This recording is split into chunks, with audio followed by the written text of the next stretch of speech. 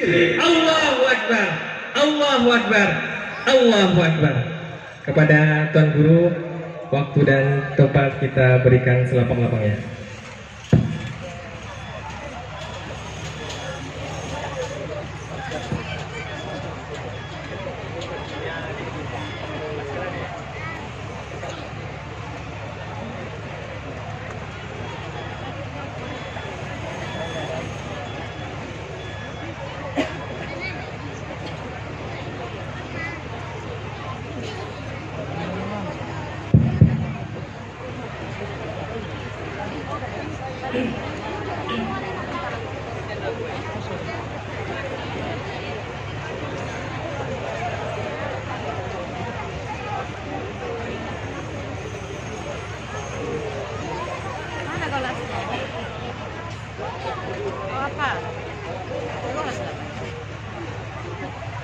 Assalamualaikum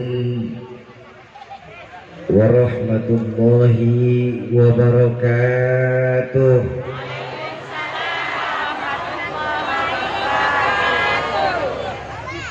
Alhamdulillahil aliyyul akbar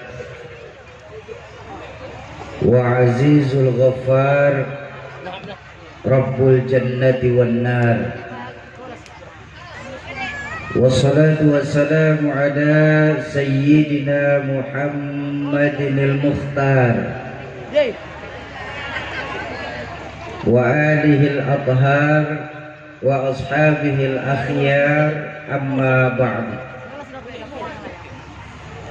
Yang saya muliakan para alimin ulama, para masyayikh, para asatiz dan ustazat, segenap dewan pengajar Pondok Pesantren Khairul Ulum, wabil khusus pengasuh Pondok Pesantren Khairul Ulum, orang tua saya Abuya Haji Muhammad Husni Tamrin.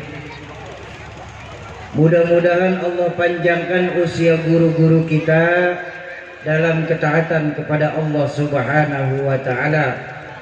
Yang saya hormati para tokoh-tokoh masyarakat, tokoh-tokoh kepemudaan, tokoh-tokoh adat, wabil khusus segenap muspika Kecamatan Panai Hilir, Bapak Kades Sesanggul, Bapak dan Ramil Panai Hilir, dan Pos Air Panai Hilir, keluarga besar dakwah Istiqomah Hijrah atau DAI, keluarga besar FKPPI Sungai Gerombang, keluarga besar dari Pondok Pesantren Khairul Ulum, bapak-bapak, ibu-ibu, santriwan dan santriwati, para calon penghuni surganya Allah yang dicintai Allah Subhanahu wa ta'ala.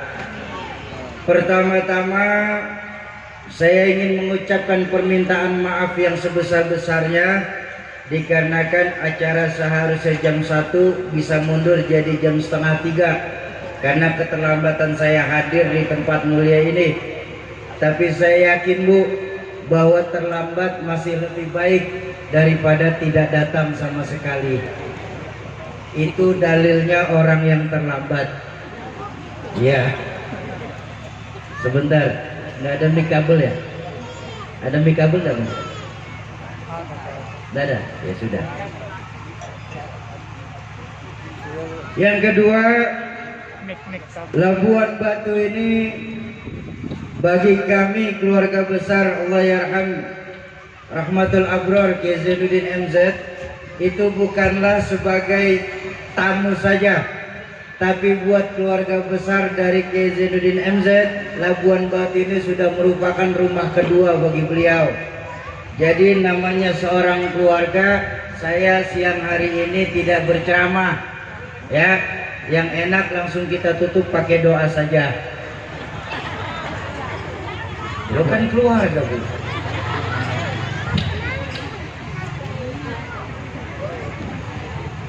Alhamdulillah siang hari ini kedatangan saya di tempat mulia ini bersama keluarga besar dari komunitas Riau Indonesia Mengaji, mempunyai visi mengumpulkan wakaf 1 juta Al-Quran. Jadi saya berharap di Seisanggul ini pada khususnya ikut berpartisipasi dalam rangka wakaf Al-Quran. Setuju? Dalam kesempatan yang berbahagia siang hari ini, di tengah teriknya panas, mudah-mudahan ibu-ibu yang kepanasan nanti dapat tempat yang paling adem di sorga Allah nanti. Amin ya rabbal alamin. Dalam kesempatan berbahagia pada siang hari ini, saya hanya ingin menyampaikan sebuah hadis baginda Rasulullah Sallallahu Alaihi Wasallam. Jadi Bapak Ibu, Bu, saya siang hari ini tidak ngomong panjang lebar, cuma nyampaikan satu hadis saja ya Bu ya. Mudah-mudahan 15 menit selesai. Sudah terpotong 10 menit pembukaan, masih sisa 5 menit lagi saya bicara. Udah dengerin aja, kenapa sih? Memangnya sampai jam berapa di sini kalau ngaji? 2 jam. Maghrib. Sampai maghrib. Kuat. Bapak sanggup? Sanggup.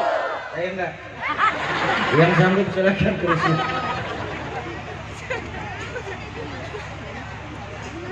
Bapak Ibu jamaah ma'asyiral muslimin dan muslimat yang berbahagia, baginda Rasul pernah bersabda, sayati zamanun ala ummati la yabqa minal islam illa ismuh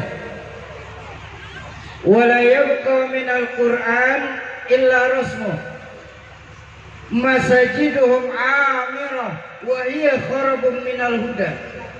Akan datang nanti zamannya di tengah-tengah umatku ini, di mana Islam hanya dikenal sebatas cerita, Quran hanya dikenal sebatas tulisan. Saat itu masjid-masjid bagus, musola megah-megah, tapi kosong dari pancaran sinar hidayah. Ayo kita renungkan hadis baginda Nabi ini, terutama buat para santriwan dan santriwati.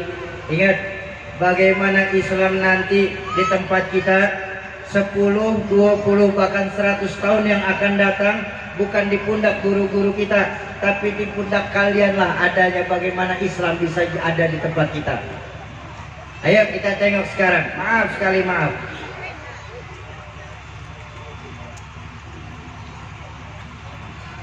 Banyak hadis baginda Rasul yang diucapkan lebih dari 14 abad yang lalu, Bu. Pak, saat ini kan mulai terjadi kebenarannya. Betul? Saya tanya, boleh saya tanya? Baik, saya tanya. Masjid-masjid sekarang yang ada di Labuan Batu ini bagus-bagus apa tidak? Oh, alhamdulillah. Alhamdulillah. Musola yang ada di Panai Hilir ini bagus-bagus apa tidak? Bagus. Beberapa musola bahkan pakai AC saya lihat. Iya kan? Tapi maaf Bapak Ibu, lihat fungsi masjid dan musola yang ada sekarang ini. Fungsi masjid dan musola yang ada di Labuan Batu sekarang ini tidak ubahnya layaknya sebuah museum. Tahu museum? Tempat penyimpanan barang-barang antik. Yang isi masjid sama musola di Panai Hilir ini rata-rata 50 tahun ke atas. Barang antik. Sementara anak-anak mudanya kemana? Anak-anak mudanya nyari warung kopi. Ini yang terjadi sekarang di tempat kita. Islam hanya dikenal sebatas cerita. Ayo, maaf sekali, maaf. Jujur, kalau saja orang-orang kafir ingin menyerang Islam, nggak mungkin berani menyerang Islam secara terang-terangan, Pak, di Panai Hilir ini. Mereka juga nggak mungkin menyerang Islam, menembak umat Islam yang ada di Seisanggul ini. Mereka juga nggak mungkin berani mengebom umat Islam yang ada di Labuan Batu ini. Kenapa? Kita Muslim mayoritas di Labuan Batu ini. Betul apa betul? Betul. Tapi ingat Bapak Ibu, mereka itu curang. Sungguh orang kafir tidak akan merasa puas diri sebelum melihat Islam hancur di daerah kita sendiri. Mereka licik, mereka gunakan taktik dan strategi habis-habisan untuk menghilangkan Islam dari sesanggul tercinta kita ini. Apa strategi yang mereka terapkan? Yang paling terlihat sekarang apa? Dijauhkan generasi-generasi muda dari agamanya. Bu, ogah bener menyaut, saya heran. Bu, nah kan enak ada suaranya. Tenang Pak, kalau kita kan CS Pak. Mires ini. Bu, betapa sekarang ini Pak, adik-adik saya, anak-anak kita, generasi-generasi muda Islam yang ada di Panai Hilir ini, tengok saat ini Pak sekarang. Sedikit demi sedikit, selangkah demi selangkah mulai dijauhkan dari Islamnya. Banyak dalam pemikiran anak-anak kita itu, modernisasi harus dibarengi dengan gaya hidup yang kebarat-baratan. Kita lupa, kita tinggal di Labuan Batu, di mana adat, istiadat, akhlak masih kita junjung tinggi-tinggi. Betul? Makanya jangan heran Bang, berapa banyak sekarang anak-anak kita dalam pemikirannya, kamu kalau belum pernah mabuk miras sampai nyemplung ke got, belum bisa disebut generasi modern. Kamu kalau belum pernah ngelem ibon, belum bisa disebut generasi modern. Kamu kalau belum pernah merasakan yang namanya pil PCC, flaka, sabu-sabu, ekstasi, gorilas, dan segala macam jenis narkoba, belum bisa disebut generasi-generasi milenial. Para pemudi-pemudi muslimah, kalau kalian belum pernah melakukan yang namanya kumpul kebo, free love, free sex, summon living, one night stand, nggak tahu saya artinya. Ini buat gaya-gaya aja saya. Cinta satu malam, belum bisa para pemudi-pemudi muslimah yang ada di tempat ini disebut generasi-generasi milenial. Sedikit demi sedikit, selangkah demi selangkah mulai dijauhkan anak-anak muda Islam dari agamanya Bu. Ya Bu, Bu, kan terasa Bu, kita sekarang ini di Indonesia pada umumnya memang sedang berpacu dalam agama. Melodi nonton TV, orang lagi ngomongin agama melodi lagi.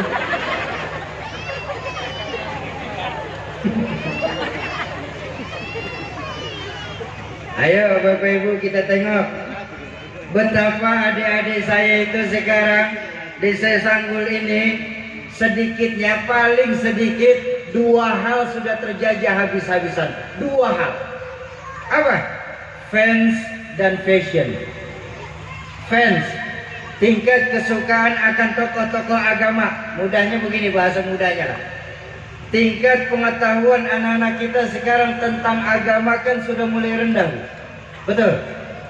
Selain diangkatnya ulama-ulama kita sekarang ini, minat belajar anak-anak kita sekarang tentang agama kan sudah mulai jauh menurun. Terasa apa tidak? Efeknya apa? Berapa banyak sekarang nasib pondok pesantren dan yayasan pendidikan Islam yang ada di Labuan Batu ini? Nasibnya itu la yamutu wa la yahya.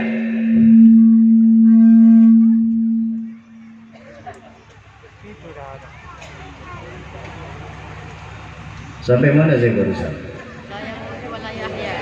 La yamutu wa la yahya. Enggak bermutu karena kurang biaya. Monitor belakangnya tutup aja Bang, ini feedback dari monitor belakang. Speaker belakangnya tutup aja. Tes. Itu sudah mati. Baik. Kok bisa Soki? Pondok pesantren bangkrut, Yayasan Pendidikan Islam Gulung Tikar, karena tanpa kita sadarin Bapak Ibu, kita sebagai orang tua ikut berperan atas bangkrutnya pondok pesantren dan Yayasan Pendidikan Islam di tempat kita. Alhamdulillah, makasih. Ya, makasih Ustaz. Udah jangan pakai kue, ya susah makanya.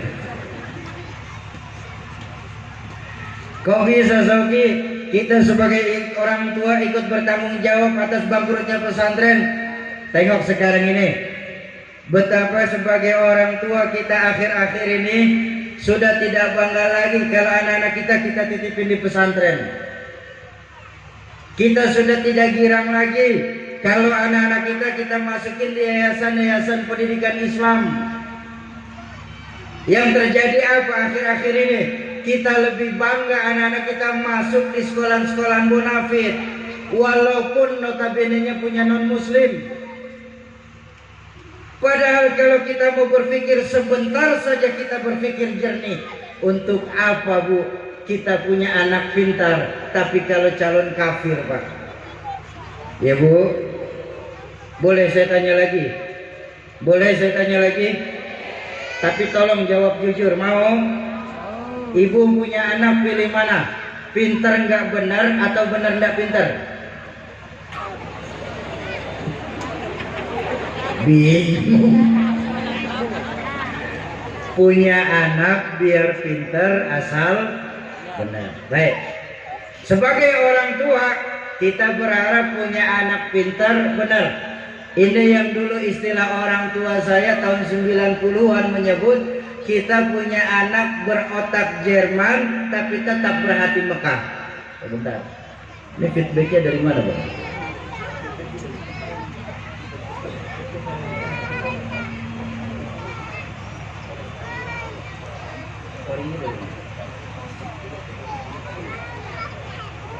Yes.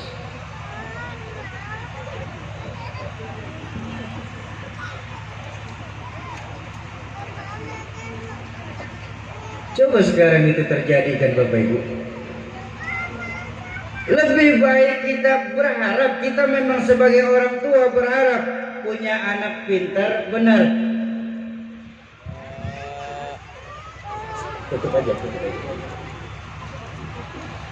Tapi maaf Bapak Ibu, kalau pilihan itu sudah tidak ada Pak di Sesanggul ini, menurut saya orang bodoh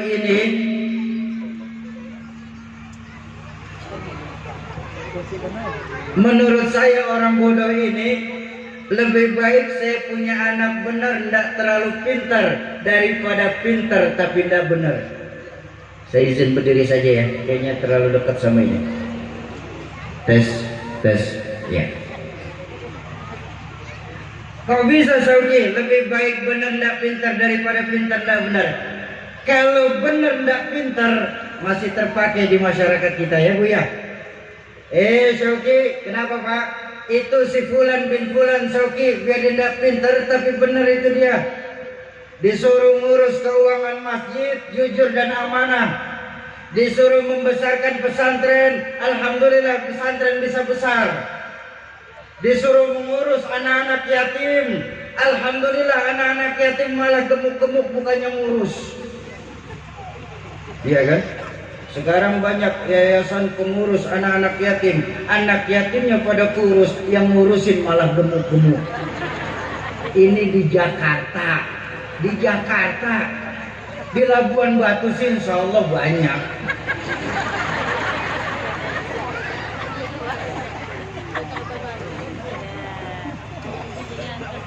Masih lumayan. Masih terpakai di masyarakat kita di Labuan Batu ini. Betul apa betul? Daripada orang pinter yang nggak bener, kan akhirnya jadi minterin orang. Ini yang dulu istilah orang tua saya, disuruh ngurus laut malah jadi bajak laut. Disuruh ngurusin hutan rame-rame jadi orang hutan. Disuruh ngurusin beras malah jadi kutu beras. Ya, kok bisa? Maaf, yang namanya raskin itu kan memang hak saudara-saudara kita yang tidak mampu Pak. dibagikan secara gratis, diatur oleh Undang-Undang tahun 88. Sekarang raskin sudah mulai dijual. Betul. Ini yang lebih prihatin apa? Disuruh ngurusin hukum, malah membuat hukum seperti pisau, tajam ke bawah, tumpul ke atas. Apa buktinya? Kalau kita orang kecil punya salah, hukum cepat benar ditegakkan. Yang besar punya salah, hukum pura-pura meram tidak melihat. Ini yang nyakitin perasaan kita. Betul? Bagaimana kita nggak mau sakit hati kepada para pemerintah kita, Bang? Kita rakyat kecil disuruh jaga 3M. Orang besar malah nelen 30M.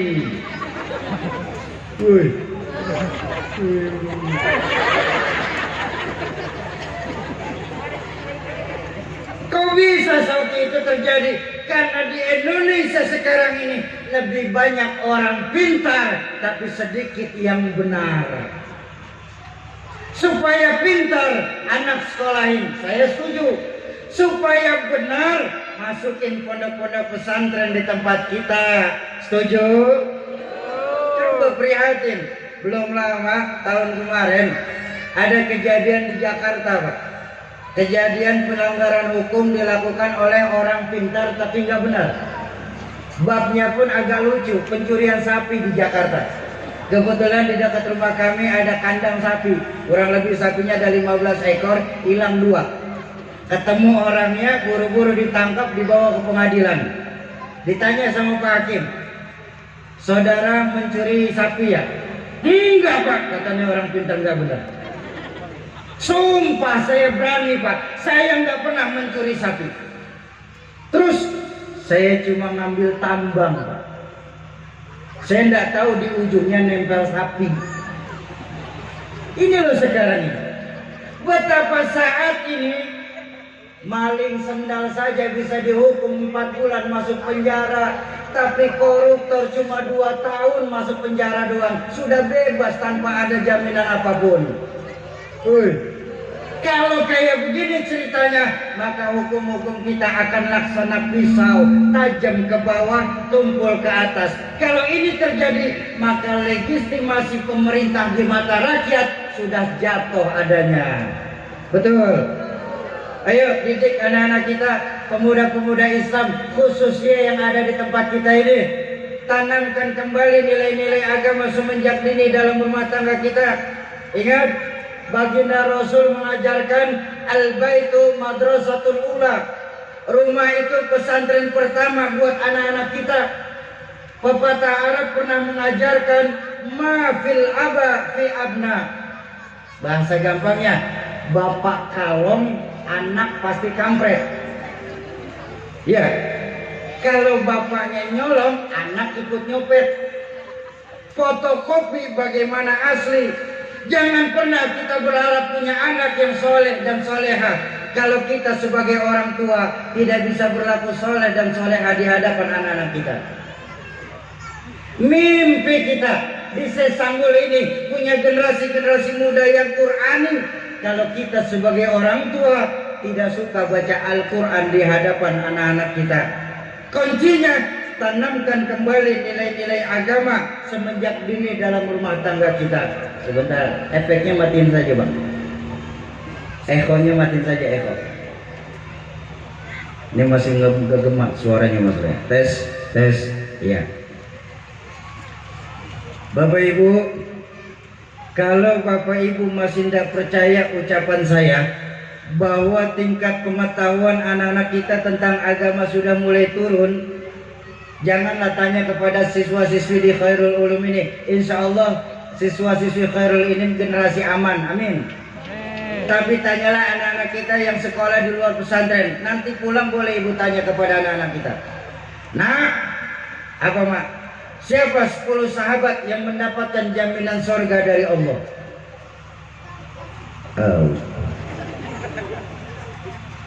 Bagaimana sejarahnya Salahuddin Al-Ayyubi? Bagaimana sejarah Sayyidatuna Rabi'atul Adawiyah?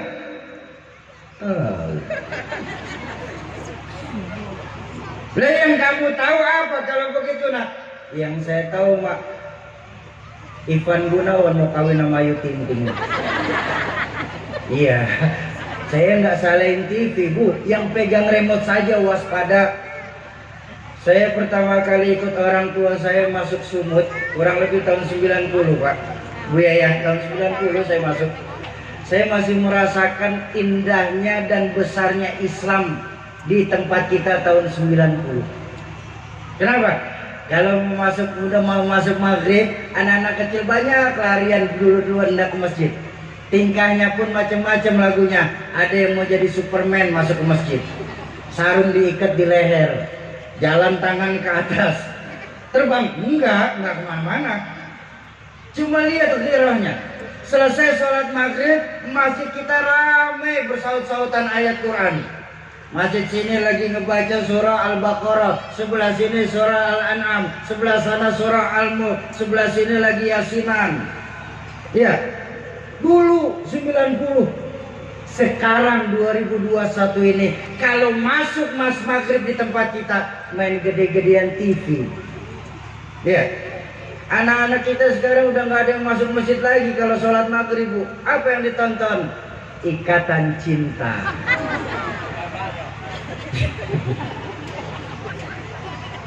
Coba lihat sekarang, hati-hati bu. Makanya saya bilang hati-hati. Ini zaman entertain. Orang sekarang ini pintar sekali, maaf bu. Tontonan sudah merupakan tuntunan kan buat anak-anak kita sekarang ini. Dan sialnya, tidak ada satupun tayangan-tayangan televisi saat ini yang bisa mendidik anak-anak muda kita saat ini. Betul. Yang ada apa? Tayangan-tayangan gosip bercerita tentang dunia saja isinya. Ingat, baginda Rasul mengajarkan, man aradad dunya fa alaihi bil ilmi, wa man aradal akhirah fa alaihi bil ilmi, wa man aradahuma fa alaihi bil ilmi. Yang mau dunia pakai ilmu, mau akhirat pakai ilmu. Tapi mau dua-duanya bisa sejalan, harus juga pakai ilmu. Mencari ilmu, masukin anak-anak kita ke pesantren-pesantren yang ada di tempat kita. Setuju? Tuh, yang pertama, fans. Tingkat kesukaan akan tokoh-tokoh agama saat ini sudah mulai rendah anak kita, pengetahuan tentang agama. Yang kedua apa? Yang kedua, fashion. Gaya berpakaian anak-anak kita sekarang ini, ya Allah ya Rabbana, prihatin bu. Yang laki-laki sekarang ini sudah nggak bangga lagi pakai sarung, nggak bangga lagi pakai baju koko, nggak bangga lagi menggunakan kopiah. Yang mereka senang apa sekarang ini? Yang laki-laki tengok pakaiannya dari atas sampai bawah, ya Allah, celananya bu, yang laki-laki celana kedodoran dipakein bu. Sekarang saya tanya, kalau celana di mana, pinggang di mana, apa namanya? Kedodoran. Itu yang laki. Yang perempuan sekarang lebih parah. Baju adanya udah jelas-jelas kekecilan masih dipakein. Iya kan? Depan ditutup, belakang terbuka. Belakang ditutup, pusernya kemana-mana. Yang mungkin kalau kita melihat orang luar negeri, mungkin, ini mah mungkin bu, pantes. Kenapa? Putih, bersih, orang luar. Lah kalau saya sanggul, ditepak ngebul. Iya, saya nggak salahin anak-anak kita yang perempuan pakai baju kayak begitu. Mereka lupa baginda Rasul sudah mewanti-wanti lebih dari 14 abad yang lalu. Apa sabda beliau? Nisaun kasiyatun ariyat mailat mumilat. Seorang perempuan, dengerin yang perempuan, bu, yang punya anak perempuan. Seorang perempuan yang apabila mereka berpakaian tapi telanjang. Kasiyatun ariyat, berpakaian tapi telanjang. Iya benar mereka menggunakan kerudung panjang, iya benar mereka menggunakan niqab bahkan, tapi bajunya mencetak badan. Ini kasiyatun ariyat, berpakaian tapi masih telanjang. tidak nutup auratnya, tidak menjaga kehormatannya sebagai muslimah, menata rambutnya sedemikian rupa sama menyerupai punuk unta, wa ru'usahunna kal bukhtil ma'ilah, menata rambutnya sama seperti punuk unta. Model perempuan kayak begitu nanti di yaumil akhir, jangankan mereka melihat sorga, baunya nggak akan mereka cium. Ya Bu, padahal wangi sorga Bu 500 tahun terakhir sudah bisa tercium aromanya sorga. Saya ngaji sama guru-guru saya, diajarkan nanti Bapak Ibu, yang ketika kita hendak meniti jembatan tuh, yang saking tipisnya jembatan itu, satu rambut masih bisa dibelah 7. Itu waktu yang akan ditempuh 1500 tahun perjalanan. 500 tahun terakhir kita sudah bisa mencium wanginya surga. Ada teman saya nanya Bapak Ibu, kebetulan teman saya ini seorang liberal Islam, tapi pemikirannya terlalu fraksi, terlalu frontal. Nanya sama saya, Soki, kenapa Bang? Kamu tuh kalau ceramah, mbok yang masuk logika, kita di sini kan juga ngikutin logika, Soki. Memangnya kenapa Bang? Kok harus masuk logika? Mana ada Soki, kamu bilang jembatan kita nih meniti Sirat itu jembatan, itu waktunya 1500 tahun. Ini nggak masuk akal Soki. Lagian siapa kontraktornya sampai 1500 tahun? Saya bilang, nah inilah Bang, kalau agama selalu dilogikakan. Saya bilang, yang namanya agama Bang, ada hal yang bisa dilogikakan, tapi juga banyak hal yang tidak dapat dilogikakan. Kalau dalam agama semua bisa dilogikakan, itu bukan agama namanya, tapi ilmu pengetahuan. Pun kalau dalam agama semua tidak dapat dijelaskan, itu juga bukan agama, tapi dongeng. Ya Bu, yang namanya agama ada hal yang bisa dijelaskan, tapi juga banyak hal-hal yang tidak dapat dijelaskan. Ketika kita bertemu dengan hal yang tidak dapat dijelaskan, bisa ditangkap dengan nilai-nilai keimanan. Contoh. Boleh saya pakai contoh? Bagaimana mungkin bisa Pak? Otak sekecil punya kita di Sesanggul ini memahami peristiwa sebesar Isra dan Mi'raj. Ini aja dulu saya mau bicara. Ayo, bayangkan, dalam sejarah mencatat baginda Nabi dalam melakukan Isra Mi'raj menembus 3 buah alam. Alam nasut, alam malakut, alam lahut. Alamnya manusia, alamnya malaikat, dan alam ketuhanan. Menembus 3 buah alam cuma dalam sepertiga malam terakhir. Nggak mungkin, kata kita orang pandai hilir Pak. Impossible menurut ilmuwan-ilmuwan sekular dan liberal. Kita lupa Isra Mi'raj baginda Nabi ini maunya Allah. Ketika kita bertemu dengan maunya Allah, apa yang nggak mungkin buat Allah? Betul apa betul? Idza arada syai'an ayyaqula lahu kun. Ada nggak di surah Yasin? Ayat berapa? Ada Soki, ada. Kemarin masih saya baca, masih ada. Udah biar cepat saja Bu, nggak dinilai kok Bu. Kalau hukum kita, hukum otak, hukum logika terbentur pada 2 perkara. Apa? Sebab, akibat. Ini hukum logika, hukum otak. Contoh, hukum logika begini. Ini ada anak kecil di hadapan saya Bapak Ibu. Otak saya akan berpikir, ini kalau ada anak kecil, pasti ada ibu, pasti ada bapak. Betul apa betul? Kok bisa ibu bapak namanya sebab, anak namanya akibat?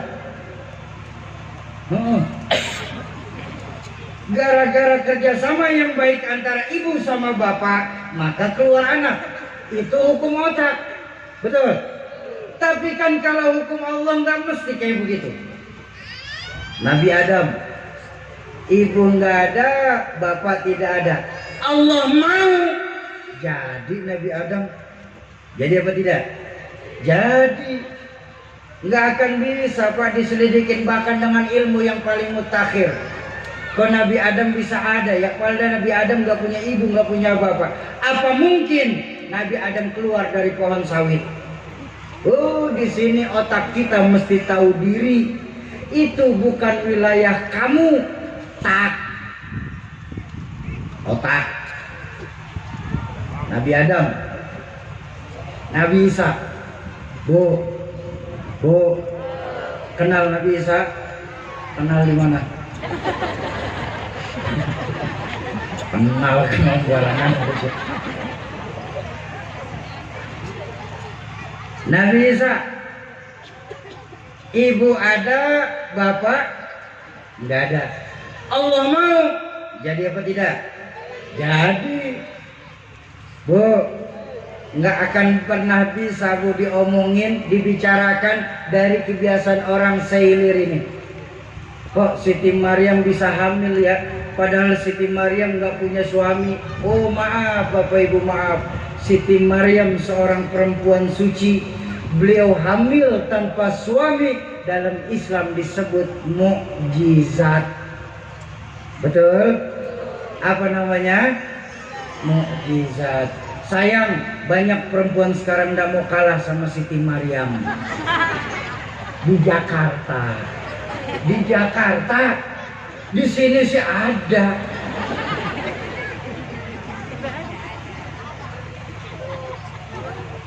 Ayo, didik anak-anak kita, terutama yang kaum perempuan, terutama adik-adik muslimah, ya Allah. Mereka menjauhkan adik-adik saya, terutama yang muslimah. Jujur, maaf Bu, maaf. Bapak Ibu, saya Tahadusan bin Ni'mah, saya Pak Muhammad Syauqi ini, kalau saya di alam ruh, saya boleh memilih. Hai fulan, lebih ya Rob, kau lahir ke dunia mau jadi laki-laki apa jadi perempuan? Pak, maaf, saya milih jadi perempuan Pak dibandingkan jadi laki-laki kayak sekarang ini. Kenapa memang soalnya? Bu, betapa Allah dan Rasulnya sangat mencintai kaum perempuan Bu. Perempuan Bu, untuk meraih surganya Allah. Ingin masuk surga? Ingin masuk surga? Perempuan untuk meraih surga modalnya tidak perlu banyak-banyak Bu. Beda sama kita orang laki Pak. Pak, kita orang laki untuk meraih surganya Allah harus punya modal yang banyak. Perempuan untuk meraih surganya Allah modalnya nggak perlu banyak, cukup 4. Hadis baginda Nabi bersabda apa?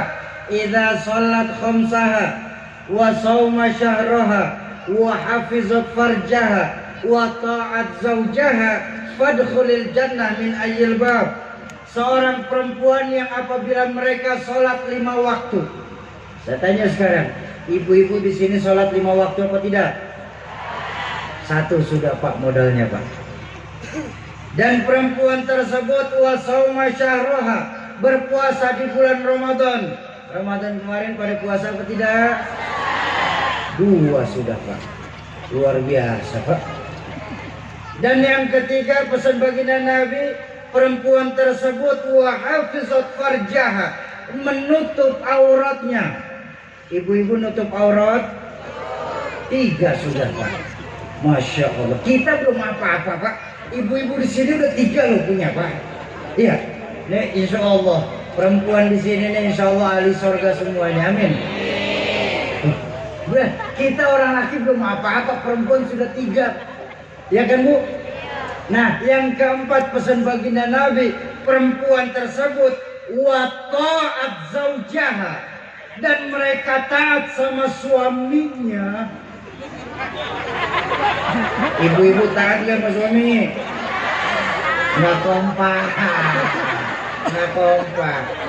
Ibunya bilang taat, suami nggak nyaut.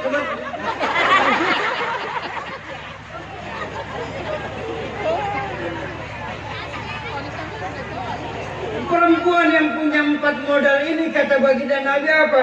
Fadkhulil jannah min ayyil bab. Silakan perempuan tersebut masuklah lewat pintu surga yang mana mereka kehendaki. Mudah apa susah? Mudah apa susah? Mudah kalau bicara.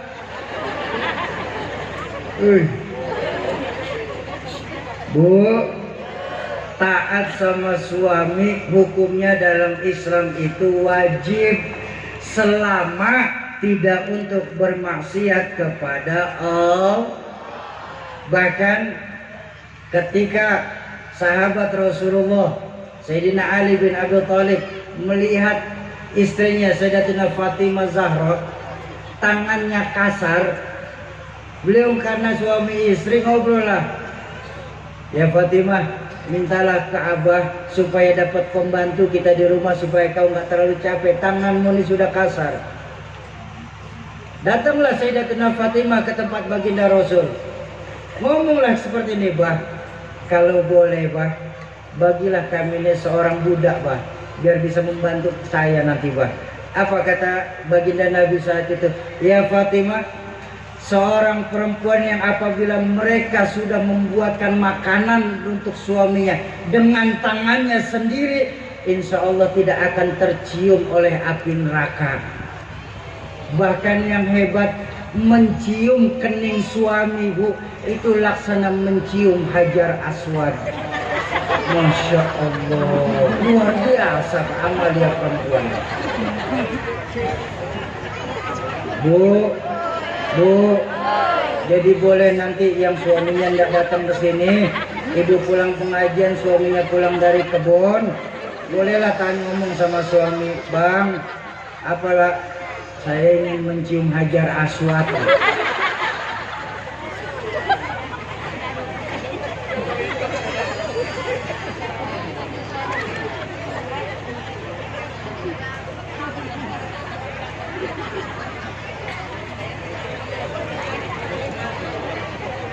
Bapak Ibu jamaah ma'asyiral muslimin dan muslimat, para calon penghuni surganya Allah yang dicintai Allah Subhanahu wa taala. Ayo, pesan saya.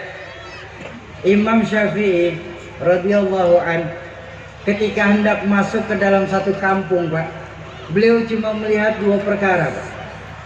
Beliau cuma melihat dua perkara. Apa? Masjid lebih bagus dari rumah sekitar, dan anak-anak muda masih mau memasuki masjid-masjid. Kalau Imam Syafi'i masuk ke kampung masih melihat dua hal ini, hatinya bergembira. Kenapa? Islam masih akan lama di tempat kita.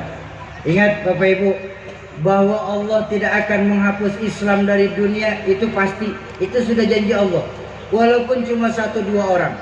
Tapi ingat Bapak Ibu, tidak ada satupun janji Allah, tidak ada satupun jaminan dari baginda Rasul, Islam masih akan ada di tempat tercinta kita ini kalau generasi-generasi mudanya mulai dijauhkan dari agamanya. Ayo tanamkan kembali nilai-nilai agama semenjak dini dalam rumah tangga kita. Setuju? Tuh, Islam hanya dikenal sebatas cerita. Yang kedua apa? Quran hanya dikenal sebatas cerita. Ini saya mau bilang, bukankah sekarang ini Bapak Ibu, maaf sekali maaf, saya punya guru Kiai Haji Syarif Rahmat. Beliau seorang guru besar di PT IKI, Perguruan Tinggi Ilmu Quran. Satu hari bikin penelitian yang diambil dari para murid-muridnya, mahasiswanya yang terkumpul di seluruh Nusantara ini. Ditanyalah, bikin satu penelitian. Hasil penelitiannya prihatin, Bu. Apa penelitiannya itu? Dari 100% umat Islam yang ada di Indonesia ini, ternyata tidak lebih dari 52% saja yang bisa baca Al-Quran. Ini kan prihatin, Bu. Dari 52% yang bisa baca Al-Quran, tidak lebih dari 30% saja yang bisa baca Al-Quran secara tartil. Kenapa? Dalam Al-Quran disebutkan warattilil Qur'ana tartila.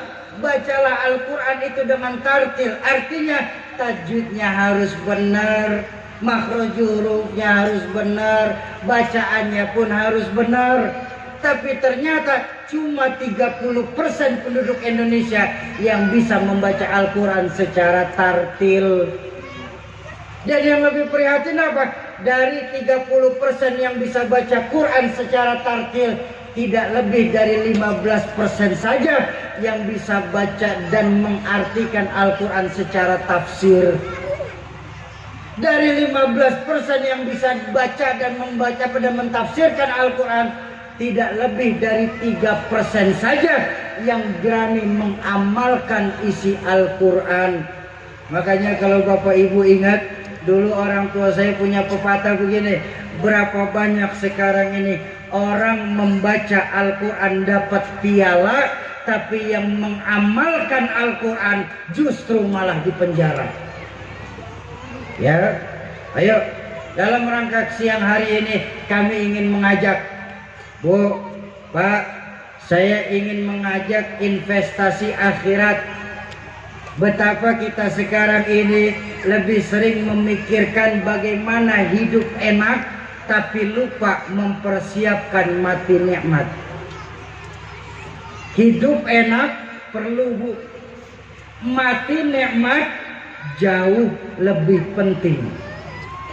Kenapa? Nih, siang hari ini nih, sore hari ini nih, semua nih yang ada di hadapan saya nih, nih calon-calon jenazah.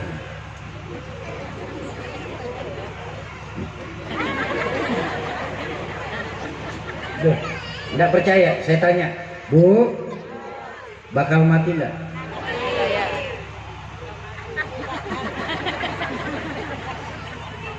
Nih, bapak-bapak nih, bakal mati enggak? Saya belakangan. Saya menyantai orang tua saya aja, Bu. Orang tua saya itu ilmunya ikhlas. Artinya apa? Alhamdulillah setelah beliau wafat, justru saya bisa tahu amal kebaikan beliau. Ternyata seumur hidup beliau mengamalkan omongan sebuah makalah, kalau tangan kanan memberi, yang kiri ngumpetin. Saya ketika orang tua saya meninggal, saya baru tahu kebaikan orang tua saya. Berkah dari silaturahmi saya sekarang ini, saya bisa hadir-hadir itu masjid-masjid yang dulu pernah disinggahi orang tua saya, Bu ya. Dan setiap masjid yang saya singgahin itu, alhamdulillah 70% pasti ada peninggalan orang tua saya. Itu teman-teman panitia pasti ngomong, Sauki, iya Pak, alhamdulillah dulu ayah kamu di sini nitip 10 meter nih buat masjid. Alhamdulillah ayah kamu dulu nitip 1 tiang itu buat masjid. Alhamdulillah. Kenapa? Ilmunya ikhlas. Makanya tahadusan bin nikmah, ketika beliau meninggal dunia, saya tidak menemukan satupun tanda-tanda sakaratul maut dalam kemeninggalan beliau. Bukankah tanda-tanda sakaratul maut itu hak, ya Bu ya?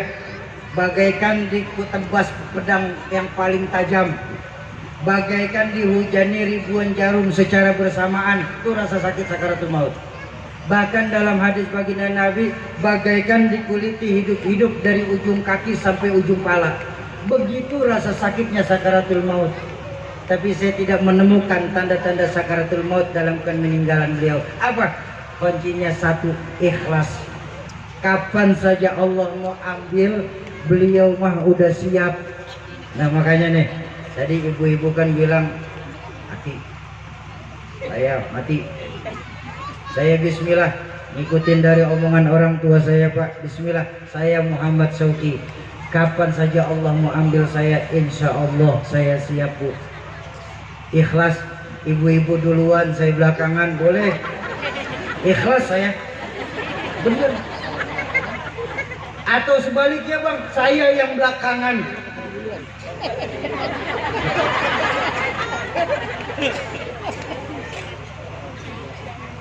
Ayo, saya mau ajak kita deh memikirkan bagaimana mati nikmat. Ya, saya ingin mengajak investasi akhirat. Agama kita di Islam mengajarkan orang yang membantu orang lain dalam melakukan kebaikan, maka pahalanya sama dengan orang yang melakukan kebaikan itu sendiri. Contoh, ibu bapak mempersiapkan untuk orang buka di jalan, itu insya Allah pahala puasa orang yang berbuka lewat makanan ibu bapak yang sediain, pahalanya bakal sampai puasanya tanpa mengurangi apalagi membantu orang untuk bisa baca Al-Quran. Baginda Nabi bersabda, orang yang membaca Al-Quran itu pahalanya 1 huruf berbalas 10 kali lipat. Bayangkan, 1 huruf itu dijelaskan oleh baginda Rasul, laisa alif lam mim harfun. Alif lam mim itu bukan 1 huruf, tapi alif 1 huruf, lam 1 huruf, mim 1 huruf. Bayangkan Bapak Ibu, berapa banyak investasi akhirat yang ketika nanti Al-Quran yang Bapak Ibu akan dibaca oleh para penghafal Al-Quran, akan dibaca oleh santri-santri pondok pesantren. Yang saya Tahadusan bin Nikmah pernah berceramah di salah satu pesantren tahfiz. Di situ anak-anak kita para tahfiz penghafal Al-Quran ketika murojaah atau membaca Al-Quran itu rata-rata 6 sampai 8 jam 1 hari. Bayangkan berapa banyak investasi akhirat dari Al-Quran yang akan kita wakafkan. Soki, masa Al-Quran kayak gitu dilelang sih Soki? Kan itu bisa bersifat ria, tidak mengacu dalam ayat Al-Baqarah.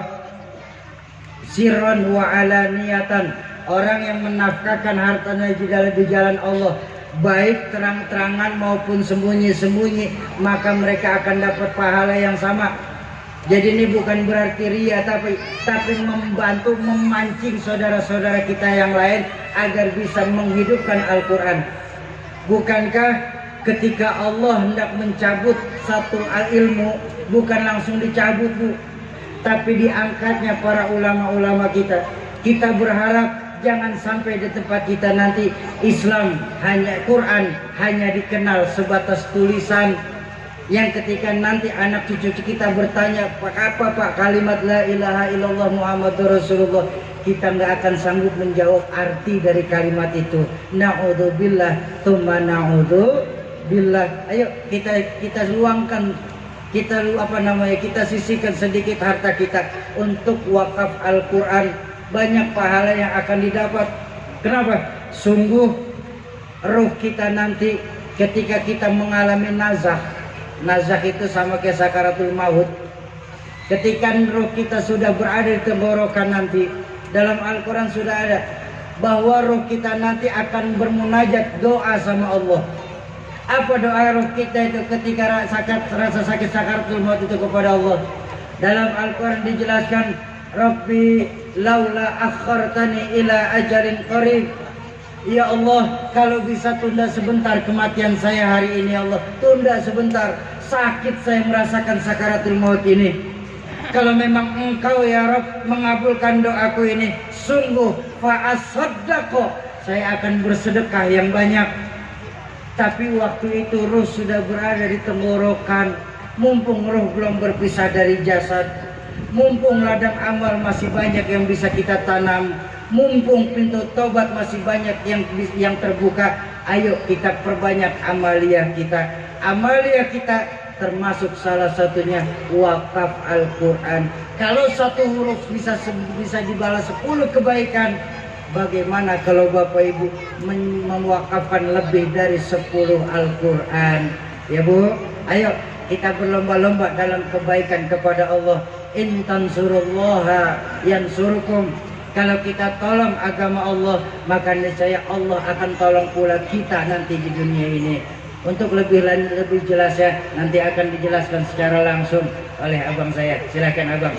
Saya mohon maaf Tuan Guru, saya istirahat sebentar. Syukran jazakumullah Ustaz. Baik Bapak Ibu, seperti yang kami janjikan sebelumnya Bapak Ibu, lebih kurang 10 menit ke depan kita akan mengajak Bapak Ibu untuk sama-sama terlibat dalam program